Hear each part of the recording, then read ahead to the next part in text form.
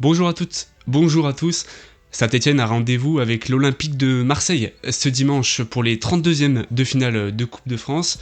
Il est l'heure de décrypter la rencontre de ce week-end et aujourd'hui, je suis en très bonne compagnie avec Romain de Peuple Vert. Comment te portes-tu aujourd'hui ? Eh ben écoute, tout va bien, je suis ravi de te retrouver, de vous retrouver, et puis on va se lancer sur cet avant-match pour la dernière rencontre de l'année. Et puis évidemment avec Sylvain, Green Prospect de Peuple Vert également. Comment te portes-tu avant cette rencontre ? Écoute, je vais pas mal aussi. Je suis ravi de faire l'émission avec toi, Colin. Un peu moins avec Romain, mais bon, comme d'habitude, j'ai pas tellement le choix. Évidemment, puisque les Verts reçoivent l'Olympique de Marseille ce dimanche 22 décembre à 14h45, à l'occasion donc des 32e de finale de Coupe de France, dans un Geoffroy Guichard, on l'espère, en feu malgré les sanctions promulguées contre le stade pour janvier.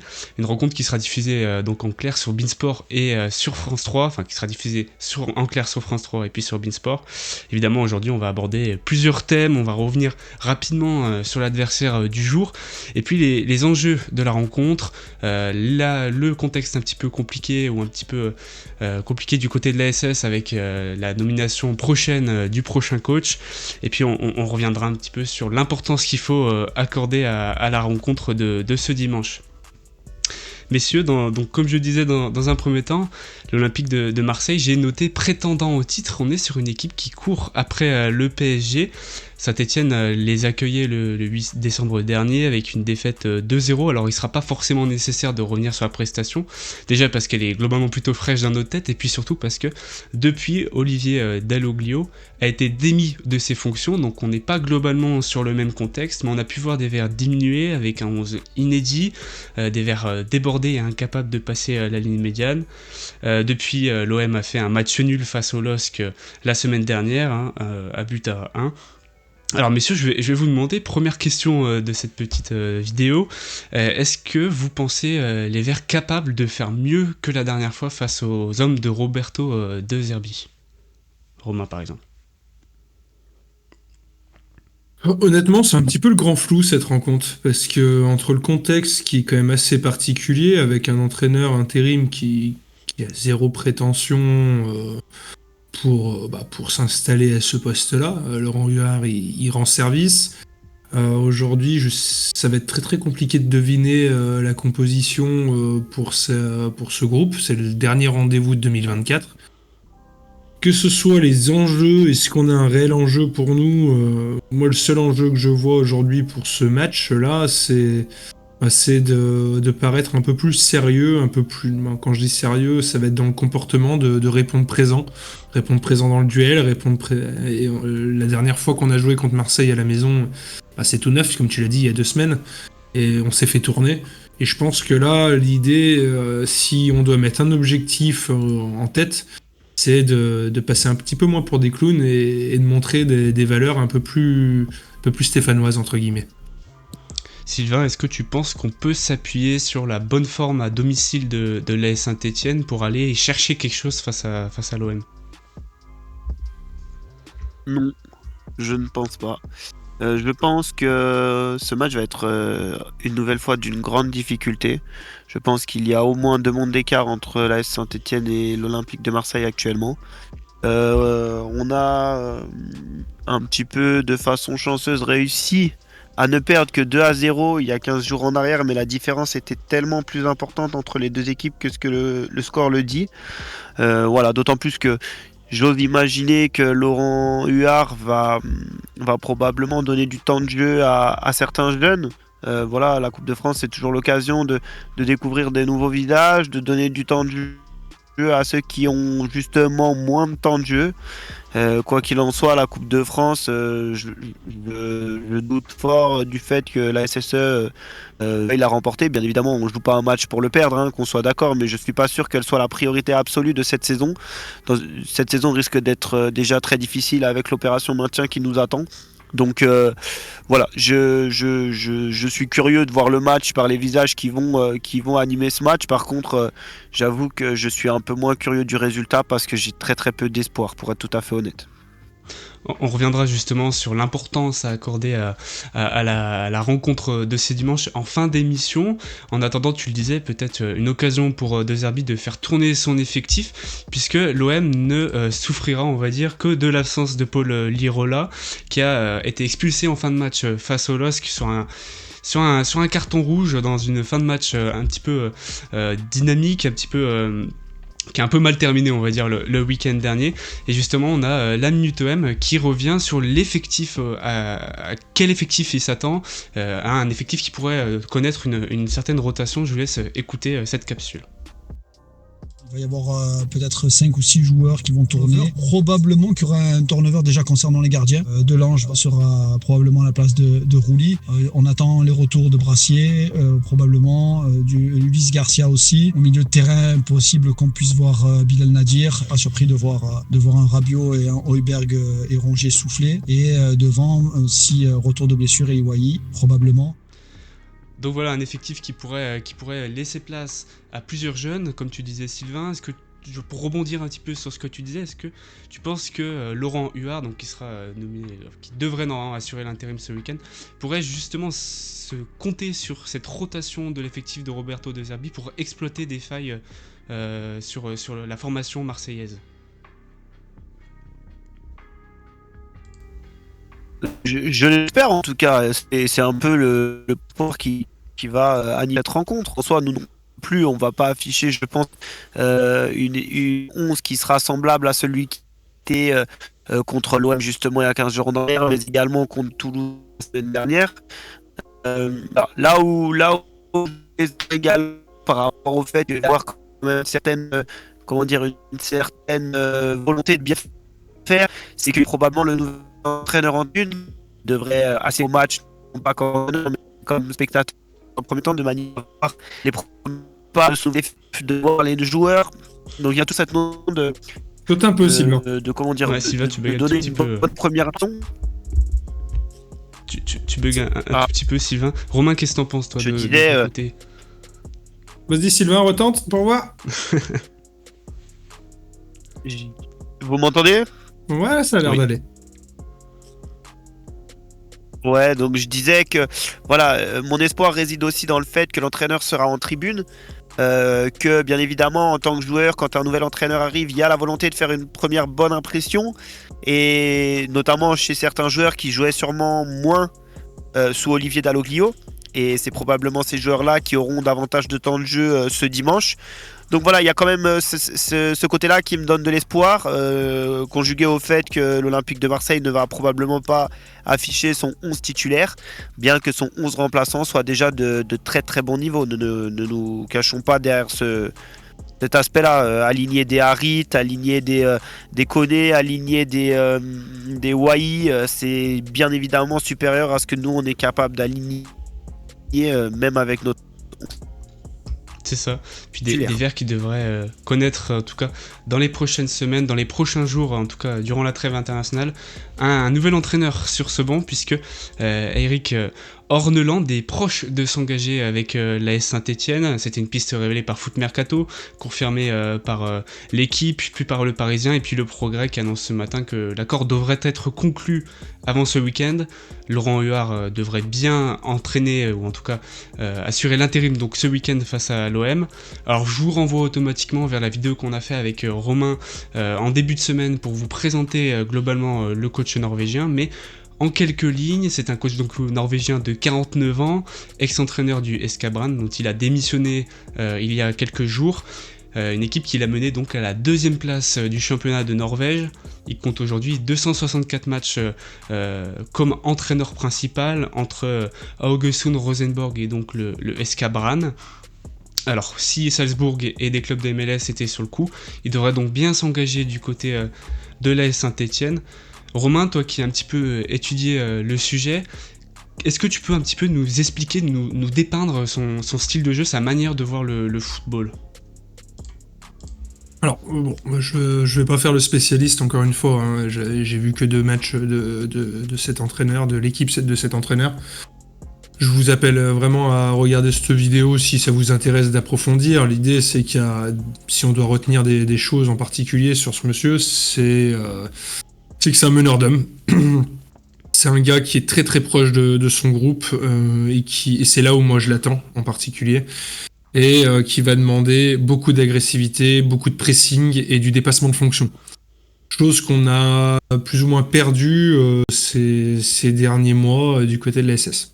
Voilà, ça c'est la première chose. Après, est-ce que ça va marcher du côté de Saint-Étienne ? Excuse-moi, j'anticipe un petit peu potentiellement ta question. Bien sûr. J'ai envie de dire, là-dessus, je suis mesuré. On voit sur les réseaux, on voit deux camps.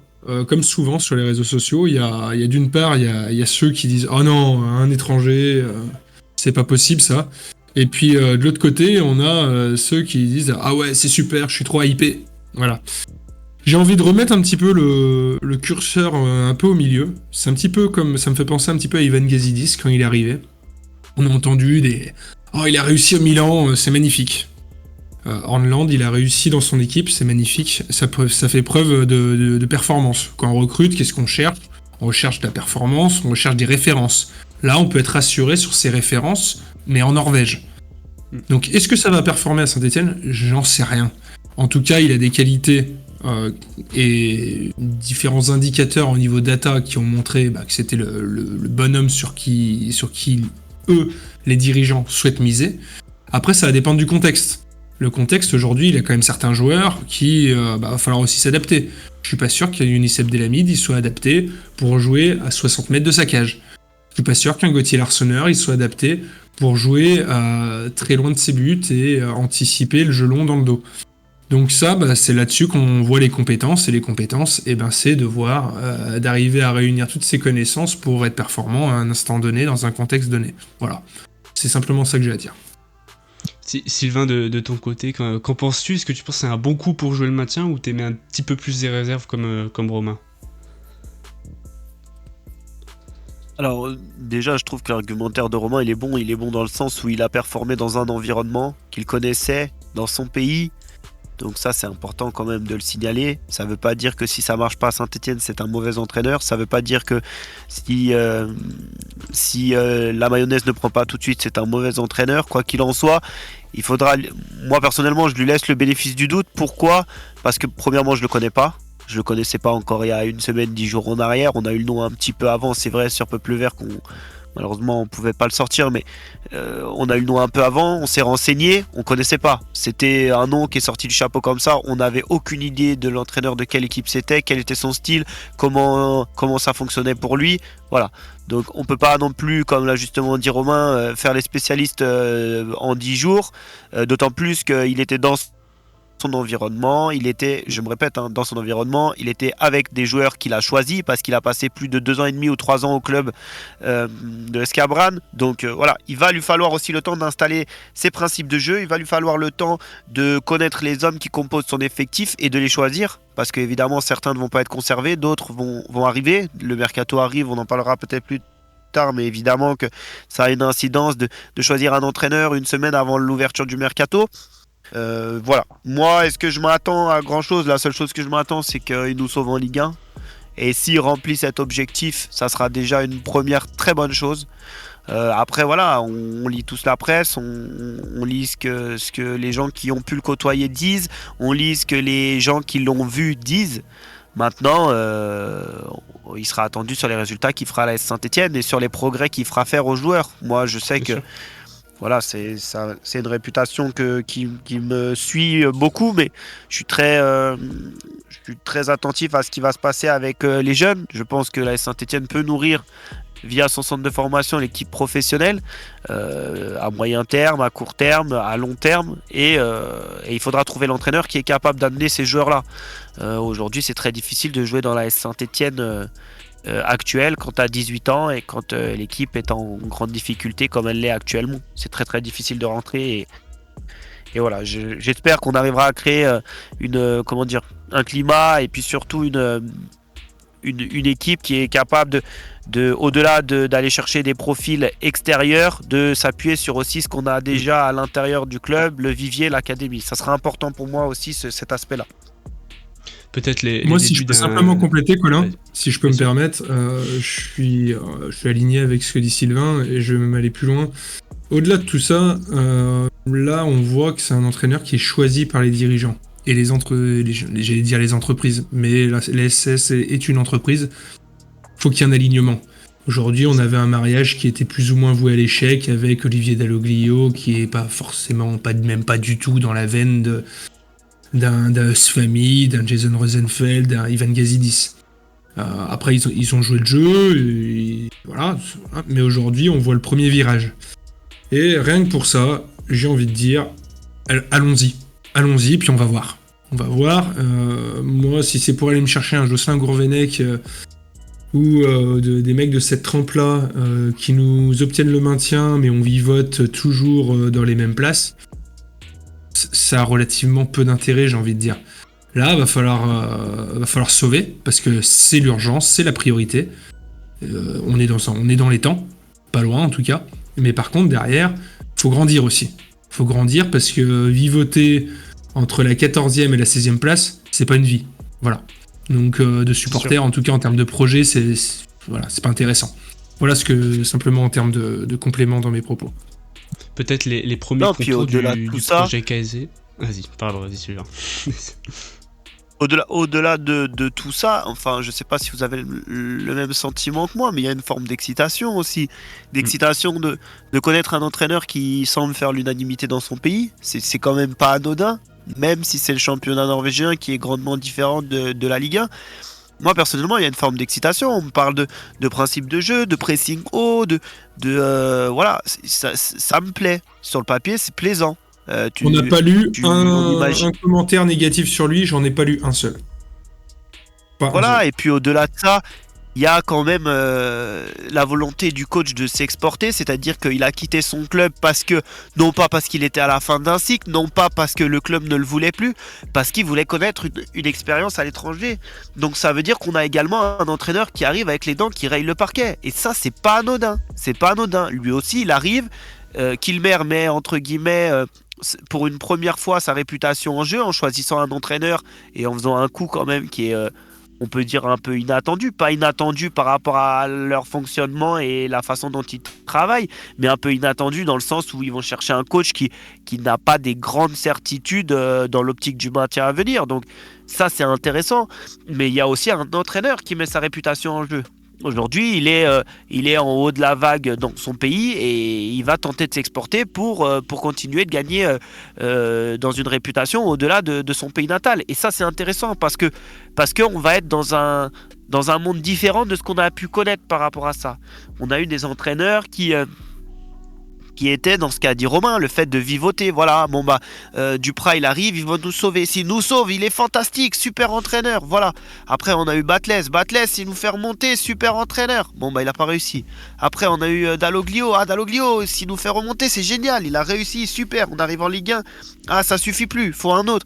Et en fait on est toujours sur des choses qui durent 6 mois, 1 an et on n'avance pas beaucoup. Et là c'est vrai que on verra le choix du contrat qui est fait par rapport à l'entraîneur. Mais moi en tout cas j'ai une forme d'excitation, je suis très curieux de voir et probablement que je serai déçu ou pas, mais il y a une excitation par rapport à tout ça. Peut-être les premiers dessins comme je disais du projet Kilmer Sport Ventures, en tout cas un dossier à suivre en intégralité sur votre site peuplevert.fr. Mais en attendant, du coup, pour revenir un petit peu sur le débat du jour, sur la rencontre de ce week-end, Saint-Etienne, du coup, accueille Marseille. Messieurs, on se posait aussi la question du 11 aligné. Vous l'évoquiez tout à l'heure, ça va être sous la houlette de Laurent Huard. Cafaro devrait être de retour. Est-ce que vous attendez plutôt à être dans la continuité de ce qui a été mis en place par Olivier Dalloglio en 5 minutes, ou plutôt sur un renouvellement du 11 aligné, Romain, par exemple? Honnêtement, comme je l'ai dit en introduction de cet avant-match, j'ai aucune idée du 11. Là, tout de suite, j'ai aucune idée. Je pense pas qu'on aille prendre de risques avec les joueurs qui seront un petit peu en délicatesse physique. Je pense à Mickaël Nadé, par exemple. Je pense pas qu'il y ait une rupture. Je pense pas qu'on va aligner une équipe qui ressemble à celle qu'on a alignée il y a tout juste 1 an face à Nîmes. Parce que ça serait un peu mission suicide face à l'OM. Mais comme l'a dit Sylvain, je pense que ça va vouloir se montrer quand même. Donc moi j'attends juste une agressivité. Et puis après sur le 11, que Laurent Huard mette les joueurs qu'il souhaite mettre, le dispositif qu'il souhaite mettre. J'ai envie de lui dire, va pas improviser des choses folles. Dans les moments compliqués, fais des choses simples, mais des joueurs, j'ai envie de dire, limités à leur place, dans leur zone de confort. Et derrière, c'est du comportement qu'on veut voir. Parce que se faire humilier, on en a déjà eu assez cette année. Bien sûr. J'ai un papier qu'on a sorti également dans la semaine avec une proposition, et pourquoi pas un Brismo bleu dans les cages. Sylvain, tu y crois, toi, mettre de côté l'Arsenal pour cette rencontre, pour tester quelque chose, mettre Brismo bleu un peu plus expérimenté dans les cages, c'est un pari que tu tenterais de ton côté? Oui, c'est un pari que je tenterais et je verrais même pas ça comme une mise à l'écart de Gauthier Larsonneur, mais simplement comme une volonté de concerner Brice Maubleu qui n'a pas encore eu de temps de jeu sous le maillot de l'AS Saint-Etienne, et la coupe est souvent propice à ça pour les gardiens numéro 2. Quoi qu'il en soit, j'espère qu'il commencera et j'espère que Laurent Huard fera aussi des choix de manière à voir certains joueurs qu'on n'a pas beaucoup vu encore. Je sais qu'il y a une certaine excitation, par exemple avec Igor Miladinovic, que le grand public veut voir, pour ceux qui ne l'ont pas vu avec l'équipe réserve. J'espère que Igor Miladinovic aura un certain temps de jeu. J'espère que d'autres joueurs auront un certain temps de jeu aussi. Des jeunes joueurs qui peut-être jouent moins ces dernières semaines ou qui ont commencé la saison mais qui joueront moins. Malheureusement, il me semble que Mathis Amougou ne sera pas disponible pour ce week-end. Mais voilà, on espère que certains joueurs auront du temps de jeu, auront l'occasion de se montrer et pourront peut-être donner des idées aux futurs entraîneurs en tout cas. En attendant, la question de l'importance à accorder à la rencontre interroge. Donc notre expert du jour de la Minute OM est intervenu de notre côté dans une micro-capsule pour nous expliquer l'importance qu'accordent les supporters et le projet phocéen à la rencontre de ce dimanche. Je vous laisse écouter ça. C'est un match très très très très important pour les Marseillais pour clôturer cette première partie de saison qui est ma foi très très bonne. L'enjeu le plus important de la saison, c'est de faire quelque chose en Coupe de France. Il y a encore le traumatisme du quart de finale perdu il y a 2 ans avec Tudor. Donc là, cette saison, l'OM, ils ont vraiment un objectif et une ambition de pouvoir être présent sur la Coupe de France, sachant qu'il y a un effectif en plus pour pouvoir faire tourner. Donc c'est un objectif aussi important peut-être que la qualification en Ligue des Champions pour les supporters, ça c'est certain. Et pour le club, c'est un objectif important.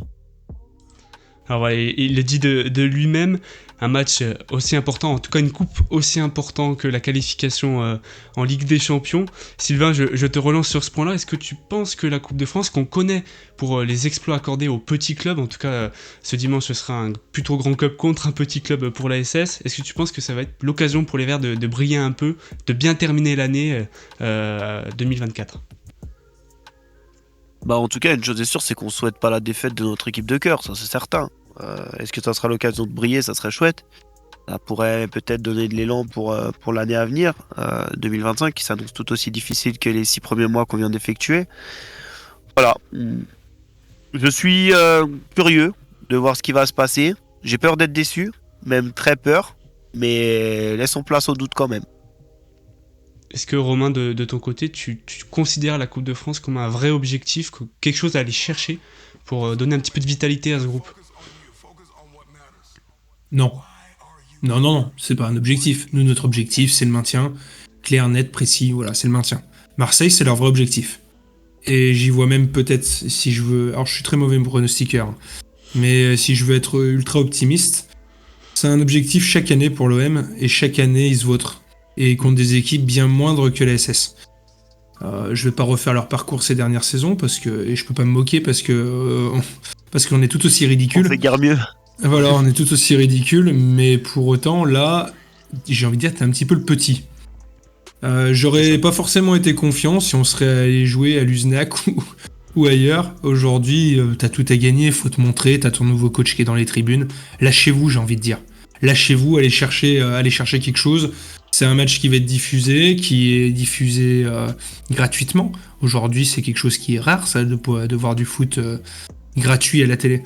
Donc montrer une image respectable de la SS et montrer que vous avez des qualités, et voilà. Après ça va vite, hein. La coupe, ça reste la magie de la coupe. Tu peux passer au péno, t'as un spécialiste des pénaltys s'il met mot bleu.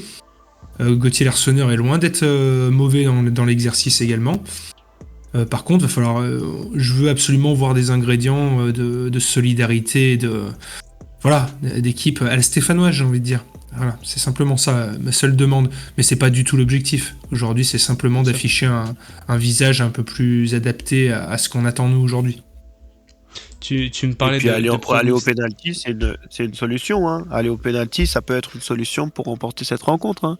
Il faut pas oublier qu'on peut, pour une fois, gagner la rencontre sans marquer.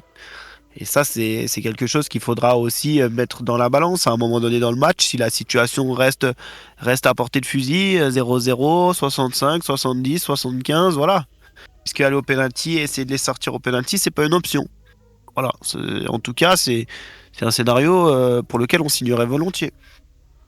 Tu me parlais justement de pronostics, Romain, parfaite transition. La Minute OM nous a également préparé ses pronostics, puis je vous interrogerai dessus juste après. Je vous laisse écouter cette petite capsule. Concernant le prono, ce sera pas du tout le même match que le match aller. L'OM a fait un très très bon match. Saint-Etienne était totalement inoffensif sur ce match-là, mais l'OM était préparé pour ce genre de match-là. Là, peut-être un match de coupe, ce sera beaucoup plus ouvert. Je vois bien une victoire 3-2 pour l'OM à Geoffroy Guichard.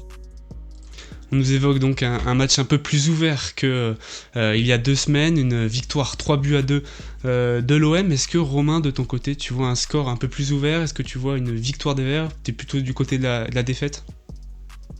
Moi, je vois moins de talent aligné au niveau offensif du côté de l'OM. Et je nous vois, nous, toujours aussi peu de talent offensif. Donc, je vois un match très serré, en tout cas en termes de score. Parce que Marseille, comme je l'ai dit juste avant, c'est un objectif. Et c'est ce que Bilal, que je remercie de la Minute OM, nous a confié et confirmé. Et je vois un score étriqué. Voilà. Alors, j'ai envie de dire 1-1. 1-1 de ton côté. Voilà. Beaucoup, hein. Honnêtement, c'est quelque chose qui me plairait beaucoup, mais j'ai des doutes, moi, sur le fait qu'on soit capable de tenir. Il y a des remplaçants marseillais qui auront également à cœur de se montrer. Pour certains, ils ont perdu leur place de titulaire. Voilà. Pour certains, ils veulent aller chercher du temps de jeu. Donc, on verra. Perso, je pense qu'on s'inclinera 2-0. À peu près les mêmes espérances de mon côté. Je vois pas les Verts réussir à aller chercher un résultat, malheureusement. Donc petite défaite 2-0 à domicile ce dimanche, pour une rencontre, je le rappelle, qui sera diffusée donc sur France 3 en clair et puis sur Beansport 1 ce dimanche 22 décembre à 14h45. Messieurs, merci pour votre disponibilité. Suivez le match de l'ASS sur votre site d'actualité peuplevert.fr. Et sur ce, bon match à vous et bon week-end.